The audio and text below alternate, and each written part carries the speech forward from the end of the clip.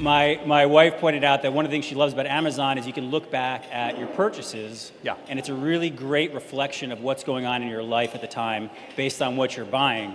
And it occurred to me that the reverse is also true, that the e-commerce journey that everybody probably in this room has gone on mirrors what you and Amazon have gone through, first only selling books and now selling everything. So we've all kind of gone on that journey together.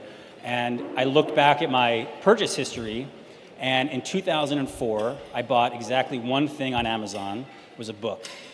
By 2006, I had a 500% increase in purchases, 4 books and 1 Gillette razor, and which I used tonight. And hopefully a new one. Yeah, the new one.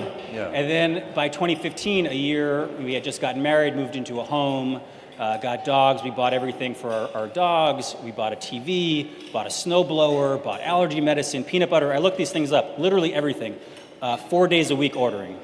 And so the question is, at what point did you realize you'd have the scale of success with Amazon going from books to where you are now as a company? Well, I have a question for you. In 2004, do you know what book it was you bought? I do remember. It was Writing Screenplays That Sell. And it did not. I was going to say, how did that work out? Do you want your money back? You return it? I'll take it back. Because that did not work out for me. I'm going to keep my day job. So your question is, did I kind of anticipate what would happen over the last 22 years at Amazon? And the answer is, God, no. So, Amazon started as a very small company. It was me and a few other people. I was driving all the packages to the post office myself in my 1987 Chevy Blazer. When I raised money for Amazon, I had to raise $1 million, which I raised from 22 different investors, $50,000 each. They got 20% of the company for the $1 million. And it was 40 people told me no. So I had to take 60 meetings to get 20 yeses. The first question was always, what's the internet? And I had to walk through that. And this was 1994, early 95. And so did I anticipate, fast forward to today and the current version of it? No. It has been one foot in front of the other. And I think that is true for most businesses, where you kind of proceed adaptively. It's step by step. You figure it out. You have a success, and then you kind of double down on that success, and you figure out what else you can do, what customers want. Everything we've done and all the success we have is at its root primarily due to the fact that we have put customers first. So those few people are probably kicking themselves now that... Well, it's very interesting. The 40 people who did not invest, it's kind of a study in human nature. I'm in touch with a few of them still, and some of them take it in great stride and they recognize that they actually have ridiculously happy lives. Others of them actually cannot talk about it. It is actually just too painful. That's human nature, and some people are better at rolling with the punches. I would be in the do not talk about it camp, probably. But speaking of talking, I have the privilege of being able to talk to a lot of people in Washington about all of our member companies. And Amazon is one where I think people have a very different idea of what Amazon is. Some people see you as an e-commerce company or a retailer. Others see you as an innovative tech company. You have Amazon Web Services, and you have original content, and you have Alexa and so many other things. How should we be thinking about Amazon? Yeah, I do get that is something that people get confused about sometimes. What is Amazon? We do such a diverse array of things, from producing original content at Amazon Studios to Amazon Web Services, where we sell startups and enterprises, computing infrastructure, to the things that most people know about, which is our consumer offering, where we deliver things in little brown boxes. And these things seem so disparate. How is it that we're doing all of them? And the common thread, and really what it is it's an approach. We have a very distinctive approach that we have been honing and refining and thinking about for 22 years. And it's really just a few principles that we use as we go about these activities. At the very top of the list is one I've already mentioned, but you'll probably hear it 10 times throughout tonight because it's so central. And it is customer obsession. It's customer obsession instead of, for example, competitor obsession, or business model obsession, or product obsession, or technology obsession. There are many ways to center a business. And by the way, many of them can work. I know and have friends who lead very competitor-obsessed companies, and those companies can be successful. You know, that's not a bad strategy. You have to be really good at close following. You identify winners when you watch your competitors very carefully. If they latch onto something that's working, you duplicate it as quickly as possible. It's a very good strategy in some ways because you don't have to go down blind alleys. If you're not pioneering, if you're only close following, it has some advantages. But it has some disadvantages too. And I like the customer obsession model. I think it's the right one. I think it's better than product obsession even. I think product obsession is not bad, but I think customer obsession gets you there in a healthier way. So that's one of the principles, one of the approaches that we take in every single thing that we do. The second one is that we are willing, I would say even eager, to invent and pioneer. So that is, I think that goes along, it marries really well with customer obsession. Customers are always dissatisfied. Even when they don't know it, even when they think they're happy, they actually do want a better way, and they just don't know yet what that should be. And that's why I always warn people, customer obsession is not just listening to customers. Customer obsession is also inventing on their behalf, because it's not their job to invent for themselves. And so you need to be an inventor and a pioneer. And the third one that's really central to the way we think about all of our business problems and a bunch of things at Amazon is we're long-term oriented. So I ask everybody to not think in 2 to 3 year time frames, but to think in 5 to 7 year time frames, to not think about, when somebody says to me, congratulates Amazon on a good quarter, which is a very common thing to say. You meet somebody, they're being nice, they looked at your financial results for the quarter, they're like, good quarter. I say thank you. But what I'm thinking to myself is, that quarter, those quarterly results were actually pretty much fully baked about 3 years ago. And so like today, I'm working on, a quarter that is going to happen in 2020, not next quarter. Next quarter, for all practical purposes, is done already, and it's probably been done for a couple of years. And so if you start to think that way, it changes how you spend your time, how you plan, where you put your energy, and your ability to look around corners gets better. So many things improve if you can take a long term. By the way, it's not natural for humans, so it's a discipline that you have to build. The kind of get rich slowly schemes are not big sellers on infomercials. And so that's something that you have to sort of steel yourself for and discipline and teach over time. So that's what is Amazon. I would say really it's a collection of principles and it's an approach that we deploy, and it's fun. I dance into work. Clearly, you do not take the success of Amazon lightly, and you're very involved in the company. And one of the great things about the internet, many of your competitors are in this room tonight, and competition's a click away. There are probably people in garages across the country trying to start the next great internet company like you did. For sure. And so what does keep you up at night when you think about the continued success of Amazon? Well, first of all, I'm gifted with sleeping really well. So the particular metaphor doesn't work for me, but I know what you mean, which is what could go wrong and what are you worried about. And for me, the thing I worry about the most is that we would lose our way in one of those things, that we would lose our obsessive focus on customers, or would somehow become short-term oriented, or would start to become overly cautious, kind of failure averse, and therefore unable to invent and pioneer. You cannot invent and pioneer if you cannot accept failure. To invent, you need to experiment. And if you know in advance that it's going to work, it is not an experiment.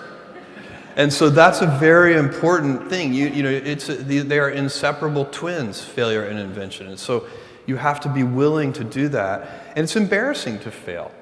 It's always embarrassing to fail. But you have to say, no, that's not how this works. If I said to you, you have a 10% chance with a particular decision, a 10% chance of a 100x return, you should take that bet every time. But you're still going to be wrong 9 out of 10 times. And it's going to feel bad 9 out of 10 times. And with technology, the outcomes, the results can be very long-tailed. The payoff can be very asymmetric, which is why you should do so much experimentation. Everybody knows that if you swing for the fences, you hit more home runs, but you also strike out more. But with the baseball, that analogy doesn't go far enough, because with baseball, no matter how well you connect with the ball, you can only get 4 runs. The success is capped at 4 runs. But in business, every once in a while, you step up to the plate and you hit the ball so hard, you get 1,000 runs. And so when you have that kind of asymmetric payoff, and one at bat can get you 1,000 runs, it encourages you to experiment more. It's the right business decision to experiment more. It's also better for your customers. Customers like the successful experiments. By the way, this is a giant misconception in a lot of young entrepreneurs, inexperienced entrepreneurs that they meet. One of the things that is very fashionable right now is to talk about how disruptive their business plan is going to be. But invention is not disruptive. Only customer adoption is disruptive. At Amazon, we've invented a lot of things that customers did not care about at all. And believe me, they were not disruptive to anyone. So it's only when customers like the new way that anything becomes disruptive. Amazon has changed so much in 10 years. 10 years ago, you were barely in cloud computing. Yeah. Certainly not We just started in cloud just computing started 10 it. years ago. Certainly not doing Another overnight success. I've noticed all overnight successes take about 10 years. That's the right amount of time, probably. So we're 5 years away as a. Yeah, you start something and just start the clock. Any year now. So Amazon's changed so much over that period of time. Can you preview or predict maybe what Amazon's going to look like 10 years from now? Well, that's a very good question. I think on the outside, the observable Amazon could change quite a bit. Just as you said, 10 years ago, you wouldn't think that AWS would be such a significant contributor to the business. And there could be more things like that in a kind of 10-year time frame that we don't know about. The one thing I hope will not change, of course, is that approach that I outlined at the beginning. The customer obsession, the willingness to invent, the patience, letting things develop, accepting failure as a path to getting success. By the way, one thing I should point out about failure, and this is a fine point, internally we take it, we know it, and we don't need to talk about it much, but there's a different kind of failure which is not what you want. That's where you have operating history, and you do know what you're doing, and you just screw it up. So that's not a good failure. That's not an experiment. That's just bad operational excellence. And so like if we've opened 130 fulfillment centers, we're on generation 8 of our fulfillment center technology. If we open a new fulfillment center and just woof it, we have to do some internal examination. That's not an experiment. That's just bad execution. So there's different kinds of failure, and you need to make sure you're making the right kind of failure. The right kind of failure should be an invention. It should be something that, it's an experiment. You don't know if it's going to work, and you know up front that you don't know if it's going to work. That shouldn't be opening a new fulfillment center for us.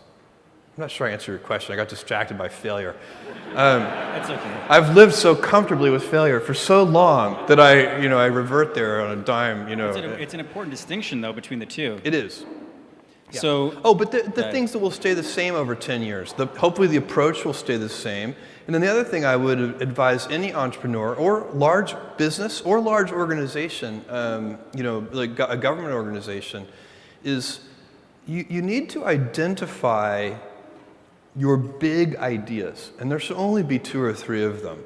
And then if a senior leader, the main job of a senior leader is to identify 2 or 3 important ideas and then to enforce great execution against those big ideas. And the good news is that the big ideas are usually incredibly easy to identify. You shouldn't need to think about them very much. You already know what they are. Let me give you an example. For Amazon, the consumer business, the three big ideas are low prices, fast delivery, and vast selection. You don't need, it's not the kind, the way you know that they're the big ideas is because they're so obvious. The big ideas should be obvious. And by the way, it's very hard to maintain a firm grasp of the obvious at all times. So little things can distract you from the obvious. But you have to back up and say, these are the three big ideas. How do we always deliver things a little faster? How do we always reduce our cost structure so that we can have prices that are a little lower? And the good thing about these big ideas is they will be stable in time. So I know for a fact that 10 years from now, customers are still going to like low prices. No matter what happens with technology and everything else, no matter what happens, people are going to like faster delivery. It is impossible for me to imagine a scenario where 10 years from now, a customer comes to me and says, Jeff, I love Amazon. I just wish you delivered a little more slowly. This is so inconceivable that you can have great conviction as a leader to continue to put energy into driving speed of delivery. And whatever in AWS, I know that customers, they like low prices, they like availability, they don't want the services to be down, they like data security. It's not very hard to figure out what the big ideas are, and then you can keep putting energy into those things, and you spin up those flywheels, and they'll still be paying you dividends 10 years from now. And what I'm saying, I'm putting it in kind of a business context, but for those of you who are in government, these principles would apply identically to a government organization. You should figure out what the big ideas are and just spin up flywheels. Get those things rolling. Make sure that you've picked things that will still be true 10 years from now, 20 years from now. So your rocket company, Blue Origin, is really taking off, doing well. How do you see that company evolving in the future of space? Anything you want to share on Blue Origin? So, okay, first of all, I love space. I have been a space lover since I was a 5-year-old boy. And I feel like I won the lottery with Amazon. I know I won the lottery. And now I'm investing those lottery winnings in Blue Origin, which is the space company. We are flying a suborbital tourism vehicle, and we'll start taking people up hopefully in 2018. It's coming right up. Working on it for more than 10 years. Hopefully, this overnight success is taking longer than 10 years. I don't know. We'll see. And we're also building an orbital vehicle called New Glenn. New Shepard is named after Alan Shepard, the first American in space. He went on a suborbital journey. New Glenn is named after the American hero John Glenn, who was the first American to orbit the Earth. And so these are reusable boosters, fully reusable. That's the key to lowering the cost. Our vision at Blue Origin is that we want millions of people living and working in space. And my personal hope is that I live long enough to see the kind of dynamism in space. I want to see a whole economy, entrepreneurs in space that I got to witness over the last 20 years on the internet. The problem with being an entrepreneur in the space arena is that the price of admission is so darn high. So to do interesting things in space, the beginning entry level is a few $100 million. So you're not going to get, 2 kids in their dorm room doing something amazing in space. Whereas that's literally what happened at Facebook, right? So on the internet, because the price of admission is so low, you can get these amazing experiments where like one kid in a dorm room does something and it turns into Facebook. Or Amazon's case, I started this thing with an incredibly small amount of capital, and it was able to grow because we didn't need a lot to begin with. The heavy lifting was in place for Amazon, right? So I didn't need to build a transportation network. It existed already. It was UPS and the Royal Mail and the US Postal Service and Deutsche Post and so on and so on. I didn't have to build a telecommunications backbone to connect with my customers.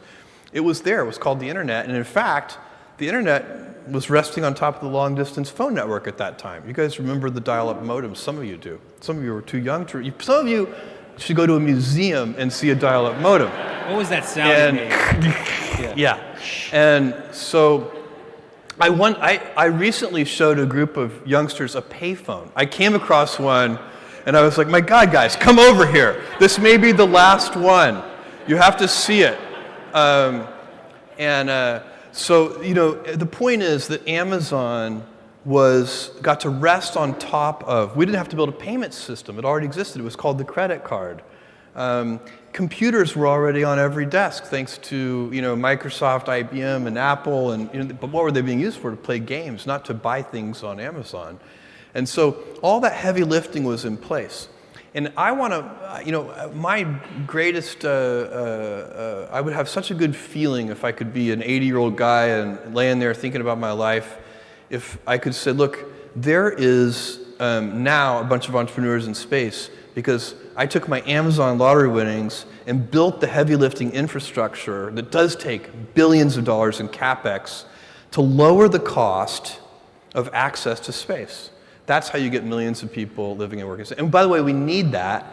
For those of you who like to think about the future at all, you can do a simple calculation. You know, we can argue about, you know, what limited resources on Earth and so on and so on. But here's the calculation that you cannot argue with, which is you take current baseline energy usage on Earth, compound it at just a few % a year for just a few hundred years, and you have to cover the entire surface of the Earth in solar cells.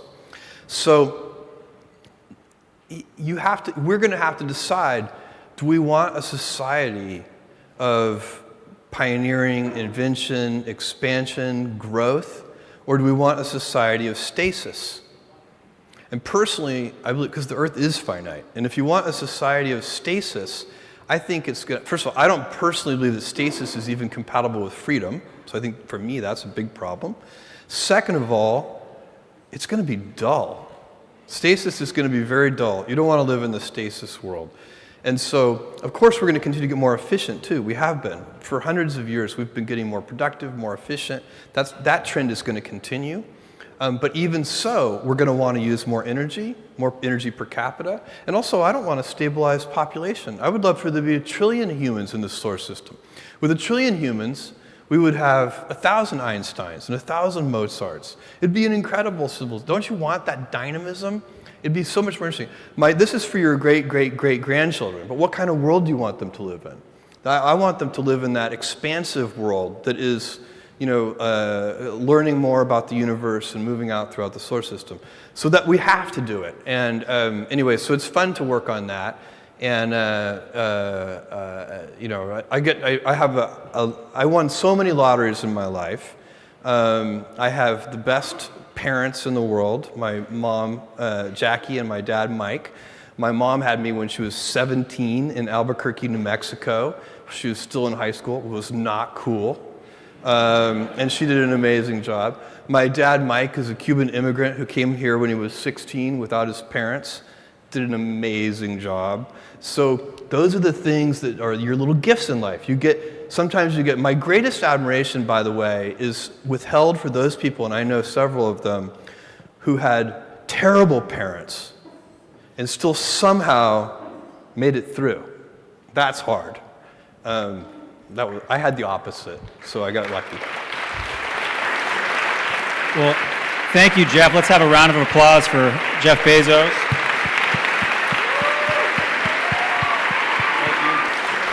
Thank you for joining us at Internet Association's 2017 Internet Freedom Awards Charity Gala.